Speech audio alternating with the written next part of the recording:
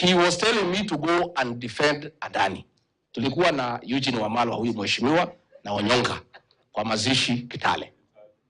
Huyu Onyonga akaamuka, akalima serikali mambo ya Adani, na mimi nakaa tu pale. I don't want to nod because I'm still in office. That Adani thing is the worst form of corruption in this country. So mimi nilipoamuka, I never responded. So one of the PAs ya mkubwa akanipigia simu. Mtu yuko huko, mtu ya 36. Wewe ni deputy president ya sangapi? Maana ya deputy president, you speak last. Dio ile maneno yote iko baya serikali ukanu. Kwa nini huyo Nyonka alilima serikali mambo ya Adani and you are not defending? Nikamwambia, I cannot answer you. Tell your boss to call me. So president amenifikia, nikamwambia mimi siwezi. Nothing is corruption. I cannot defend it, Mr. President. I cannot.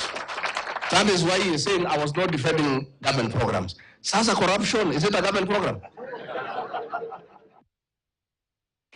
Former Deputy President there, Rigathi Gachagua, of course, speaking yesterday during the launch of the DAP-K new headquarters here in Nairobi. I mean, earlier on you said this happens, you know, the issue of you inviting other leaders, come, we launch, offices, it happens. But are you trying to say then that this particular meeting is of no, substance? Is it consequential or inconsequential?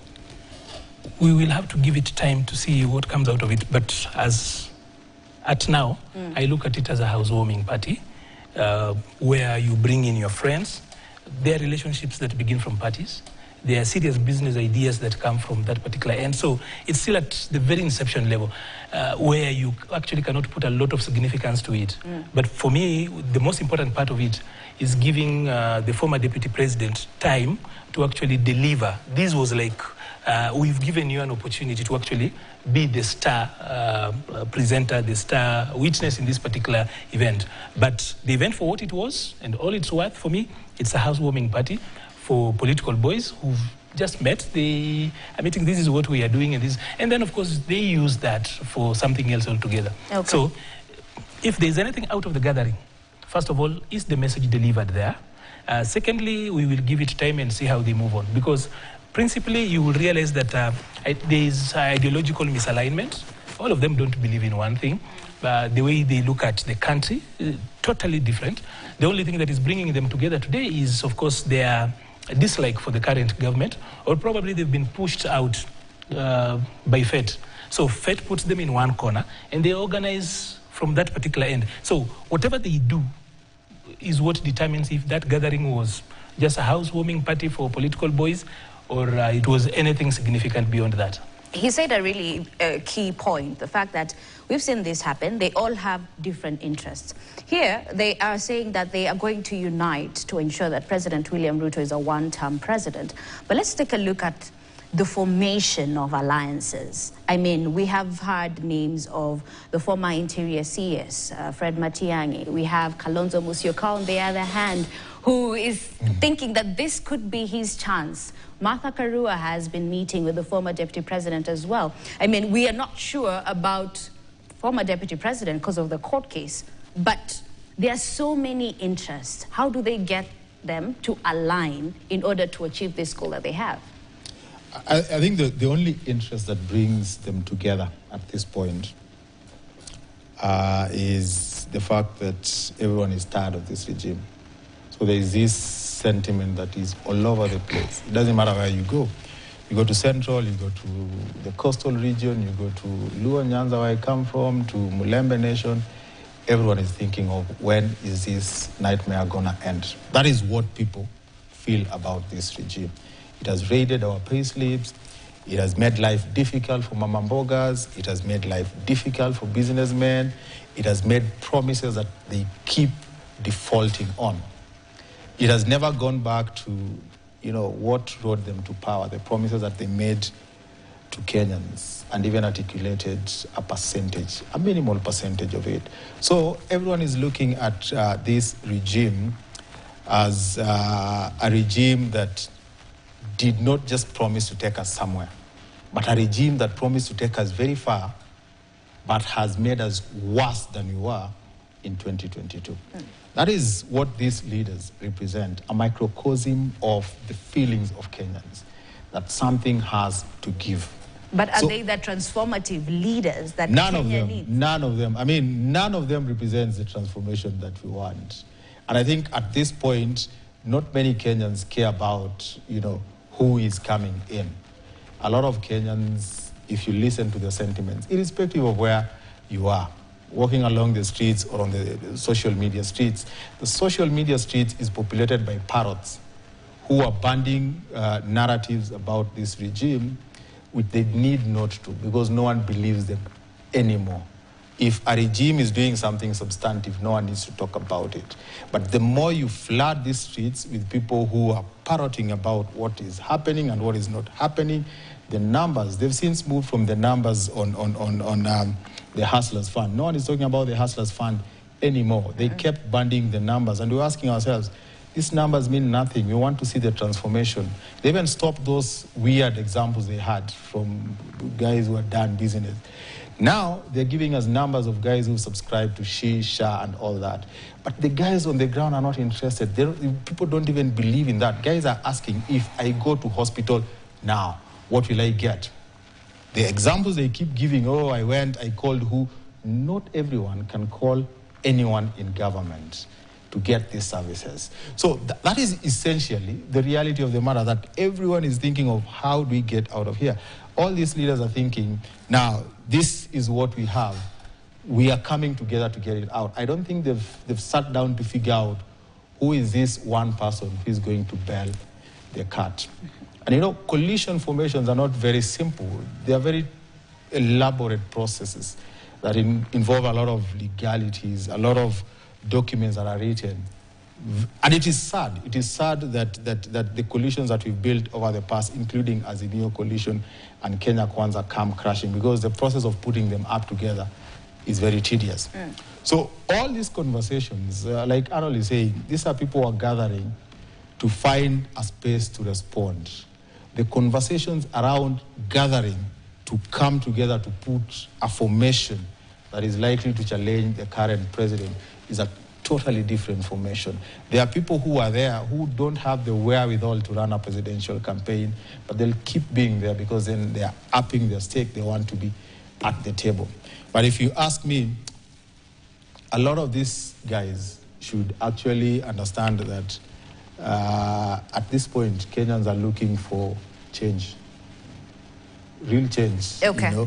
And the onus is on them to create a roadmap for that change, and the change at this point, when you have jiggers in your feet, you don't worry about what will happen after removing the jigger. The first thing is you need to get it out of your feet. And I think that is what majority of these guys are thinking. Okay, so then what about the youth? Because for them, they keep on insisting that they need new faces, fresh blood, in order to achieve what they want and the Kenya that they dream of. How should they realign, I guess, in their case? They need to have a strategy, which they do not have at the moment. How do they go about it? First of all, I hold it that there is no vote block called the youth. It doesn't exist. We are young people when we are online, when we discuss. We can sound very educated, quite visionary, very much patriotic and democratic, but every time we go to vote, we end up voting like our grandmothers in the village. That is why the patterns, somehow, I have got hope probably that millennials and Gen Zs, having seen what happened last year, that probably they can coalesce and not really become a vote block, but then move away from politics of identity to politics of issues, which they did so well and demonstrated last year. How though, considering politics is local? That's where the challenge is. Okay. Because if you look at last year's civic space, it was totally de-ethnicized. Identity was not part and parcel of it. Other than using the Gen Z clock to dress the movement, the whole movement was about issues It didn't matter what party you came from. It didn't matter what tribe you are from, what region you came from. Because for the longest time, actually, besides 2022, our politics have been about identity. That is one thing we never want to talk about. Even if there are issues, national issues, but then you say, we people from the coast, this is how we are voting. Then we people from Northeastern, this is who we are voting for. It has always been about identity, and never issues. So the identities have got different forms. It could be religion, it could be the region, it could be ethnicity. So, but then a lot of times we speak about ethnicity. We forget that sometimes people even choose how to vote depending on the region in which they come from. That we from Nyanza, this is how we will vote. Totally far removed from the issues. To mentality then? Well, I call it the politics of identity. Okay. Because sometimes it will be we, the Christians, would want to vote this way. We Muslims think this is the way to go. So it's so much about identity and not the issues. So people pick a position that somehow is ring-fenced around an identity. Okay. So last year, and of course 2022, partly we moved away from that. So the only way the youth have got any chance, and you actually need to look at this, you have got about 7.2 million millennials today who are alive, give or take, 7.2. You have got 8.4 Gen Zs, but then there's quite a big chunk of those people who are still under the age of, who are still minority, and a number of them, of course, are with the age of majority. But then how do you ensure that all of them are in sync and can actually see national issues for what they are? For me, I think the most dangerous group is not even the Gen Zs. It's actually the millennials, from where I see it. As a political animal, I see the millennials as the most dangerous people, because if it's about the 3.7 million pay slips, about 2.9 are millennials, because that is the cog that runs the economy. Those are the people that are carrying the weight.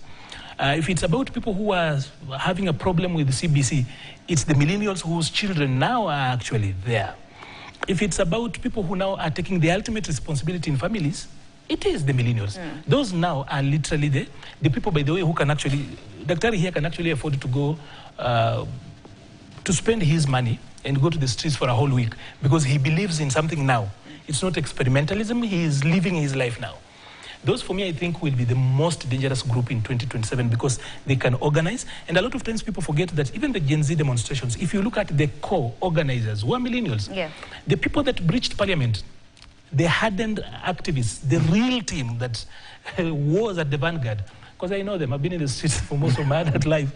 I know those guys, and I will tell you, most of them were millennials. That was the anchor and the core.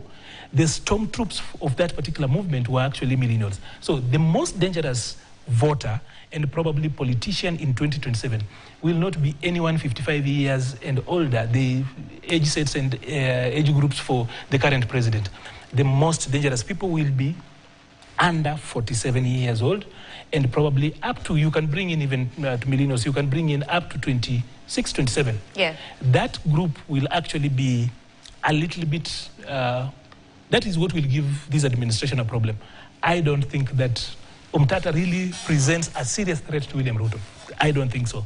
I also do not believe that Raila Odinga actually presents a threat, even if he were to run again. Okay. Even though, from where I sit as an individual, actually, by there, I'll say, I really pray that the Right Honorable Raila Odinga goes to AU.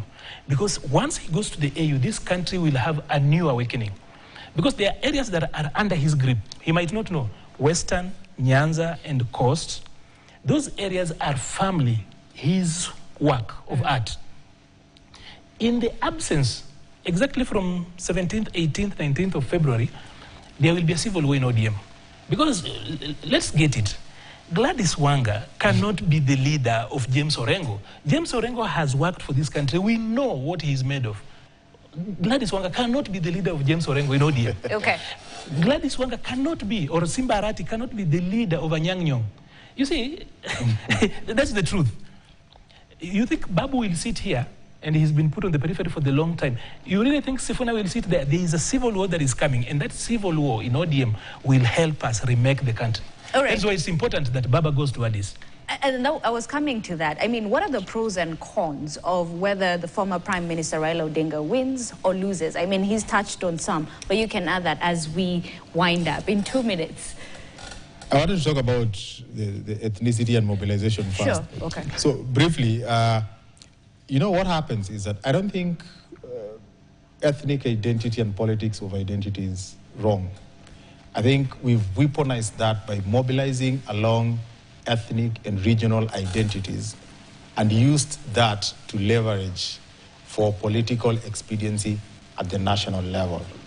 But one thing that we need to give credit to this regime for is that if we are ever going to deal with this negative ethnic mobilization, or what we call ethnic voting, this regime is the one that will help us get there. Because if we mobilize people along ethnic and regional identities, we are mobilizing them because there is something we are promising them as a community or as a region. But where we are today, no one is going to mobilize no one along ethnicity, religion, or the region where they come from. For the simple reason that the suffering that you're going through, we will want someone to mobilize us along issues. And Arnold has talked about millennials and Gen Zs. You realize that these are the people whose payslips have been hit hard. Most of the millennials are on the verge of that big deal that will buy them a big home. As in, they're on the verge of thinking retirement. And therefore, the thinking around accumulation of wealth and capital is real in their minds. And then the Gen Zs, on the other hand, they're getting into the labor market, fast employment, and then they're hit with this tax regime that doesn't make sense to them. Those guys will have to be mobilized along issues. And if this regime continues like this, they'll kill for us ethnic politics. People will come to vote against the ills committed by the political class, and it's likely to sweep an entire political class. But let me come back to Raila. I think from where I see it, my analysis and I've been involved strongly in analyzing the AUC chair, campaign. I mean, there's nothing that will stop Raila Odinga from winning. And I think that's bad news for this regime. And it's bad news for this regime because if you look at ODM the way it is, there's ODM in government and there's ODM outside government. Now, ODM in government can actually stay in government, and if this government fails, they'll say it's the government that has failed, and they'll come out with some semblance of the power of the incumbency, which will give them a lever of influence, just like what UDA has. But then the ODM outside power is likely to sway either Raila Odinga into supporting an alternative to this regime or into keeping quiet.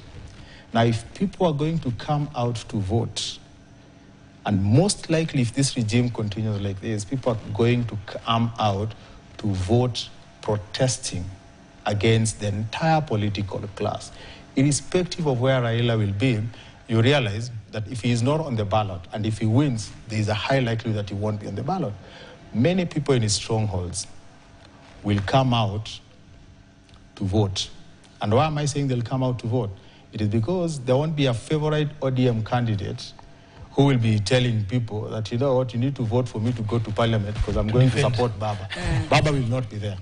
So even guys who will not be in ODM will have a chance thinking that I can beat the ODM candidate. Okay. And the more they come, the more the voter turnout is likely to go up. And that vote is likely to be a protest vote against President William Ruto.